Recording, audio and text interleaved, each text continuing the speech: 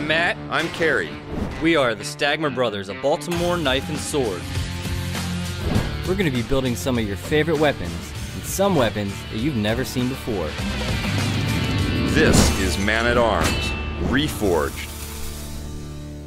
This episode is sponsored by Squarespace. Stick around to the end of the episode to receive a special offer from Squarespace. This time on Man-at-Arms, we're going to be building something for one of the most popular games to ever hit the Steam platform, and that's PUBG. And we've heard you guys. We've seen the requests. You want to see the frying pan, the crowbar, or the machete? Well, we're going to be making the machete. And most of the time, on Man-at-Arms, we make the most sought-after weapon from a game. Well, melee weapons aren't that in this game. If you drop into Pachinki or on top of school and the first thing you see is a machete, you're not too excited because you got guys surrounding you that probably have firearms. But it is one of the only weapons that we can really make on this show and do it justice. When I told Ilya we were going to be making a Russian machete, he got pretty excited. And let's just say he's got something pretty special planned for you. All right, friends, some of you compare me to Mr. Boris. Well, as you all know, I've been doing some cooking myself. This time I cooked something pretty good. To start the machete, I have mild steel, also known as железка. Железка is just not enough to make machete, so you take some high carbon steel. This is cooking. We're making Russian buterbrod with high iron content, good for blood and cold weather. The key is to not overcook it. So we take some wire. Так вот, раз, закручиваем. Продолжаем готовить бутерброд. The key to buterbrod, as I said, is condiments. Boom, mayonnaise matches the suit, it doesn't open. Capitalist propaganda. And generously apply mayonnaise. You want a true Slav weapon, you have to use true Slav items. Couldn't find pickles, so we use capitalist сухарь for taste. You have to space them out pretty nice. And now it's time to bake the buterbrod.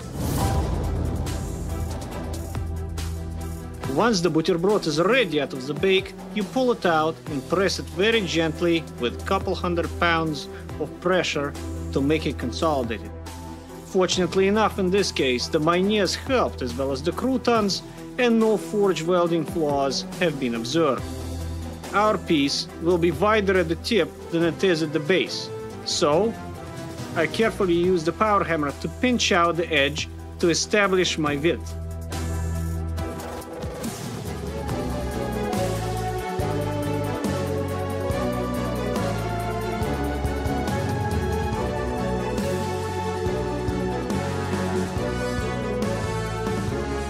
After all that procedure is done, it's time to move on to the tang.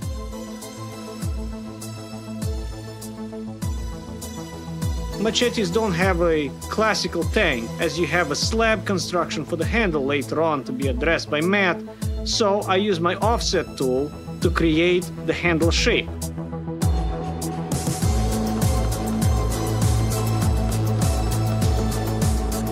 After having used the offset tool, I move on to the anvil to refine the shape by hand.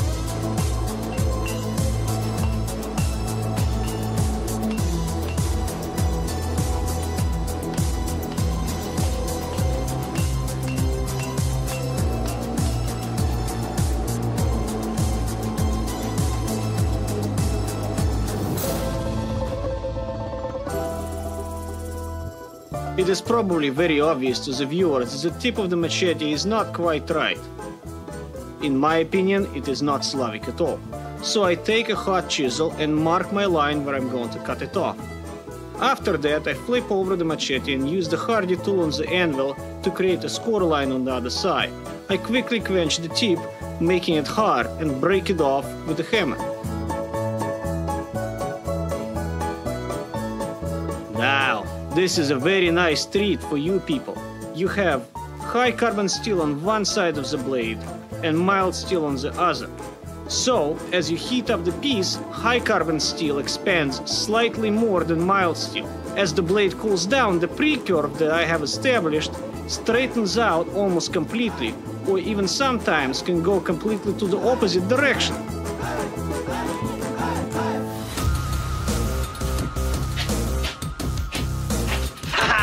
Gotcha! You just fell for the oldest trick in the PUBG book. Anyway, Ilya went ahead and forged the base of our machete blade. Now this is called a Tapanga machete, and one of its most distinct features is it doesn't have a point. It has this nice blunt section, and the back kind of sweeps up, which he didn't forge that sweep in, so I'm gonna have to grind that in. I'm also gonna do what's called a chisel grind, which means I'm gonna grind from one side and leave the other side completely flat. But before I decide which side I'm gonna grind that bevel on, I have to spark test it to make sure I know which side is the high carbon edge, and then grind the edge from the opposite side. If I choose wrong, we won't have a very good cutting edge at all.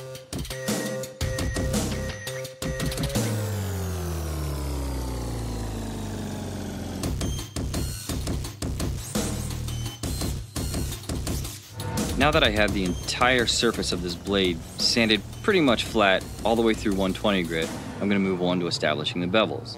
Now, as I said earlier, we're going to be doing a chisel grind, which means I'm grinding the bevel all from one side, grinding completely through the mild steel, leaving the high carbon cutting edge.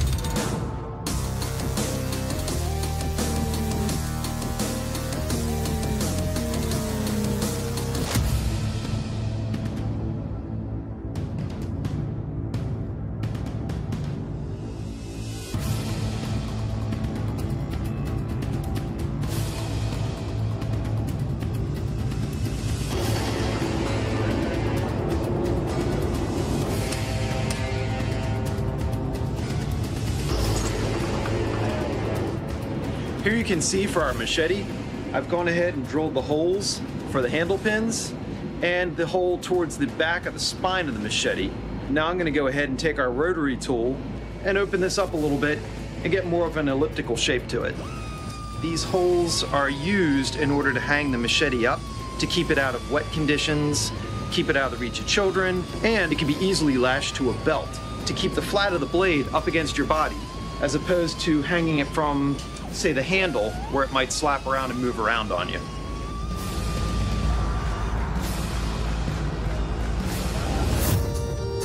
So the last part of my job is the heat treating of the butterbrot, also known as the machete. The optimal temperature for this procedure is approximately 1500 degrees Fahrenheit. You might notice that the blade, which was straight in the beginning, curves in the forge. That is good. Our two different sides of the butterbrot are interacting with each other. As soon as the blade is up to heat, I go and plunge it into the oil. I wait approximately 8 to 10 seconds and pull it out and start straightening on the bottom of the anvil. You do not want a crooked blade, I tell you.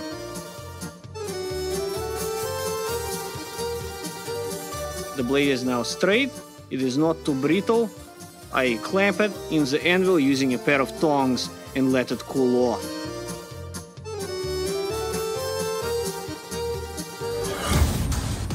Billy is going to be tempering in hot oil again. When he does this, he's going to check for straightness. If the piece is out, he'll be able to either hammer or bend it while it's still hot.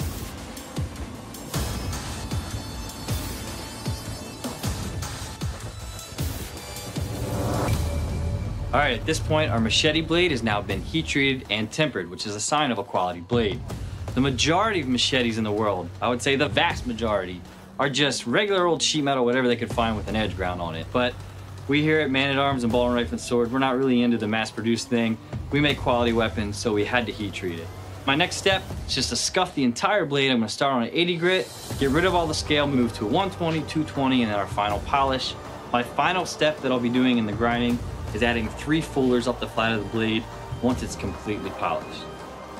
Now, as I mentioned at the top of the episode, I play PUBG pretty competitively, and I also stream it live on Twitch. So feel free to stop by twitch.tv/Stalkertron.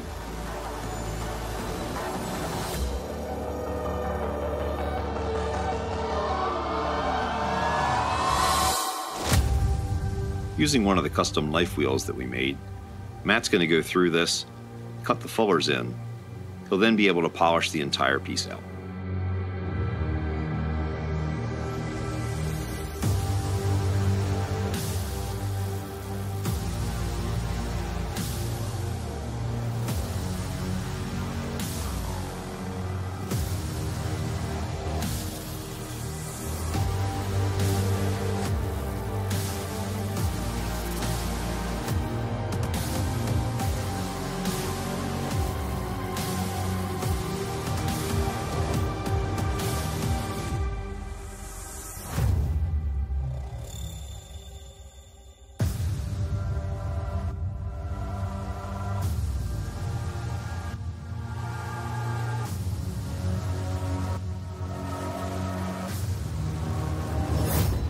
Matt has our machete blade fully finished out, polished, fullers are in it.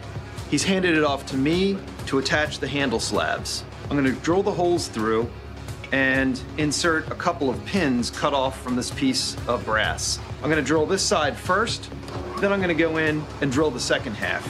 Glue it all together, let it dry, and then finish it off, and we'll be ready.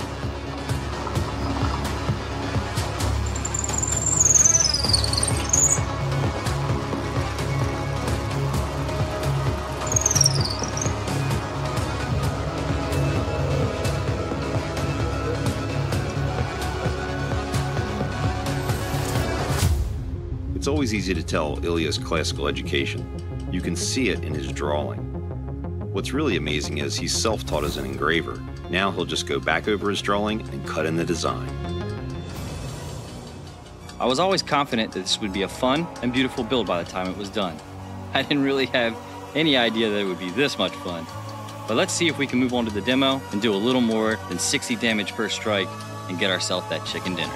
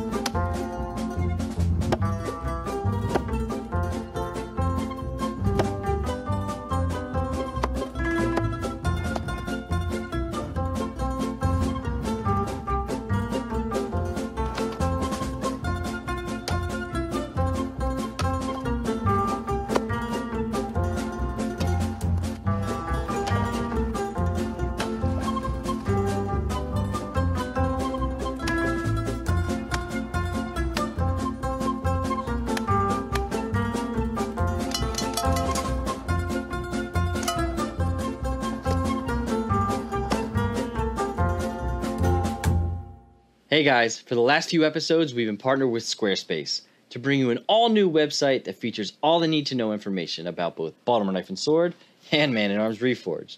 Now, I'm excited to let you guys know the site's now live. And with Squarespace's easy-to-use, all-in-one platform, they made it a breeze. But I'm gonna level with you.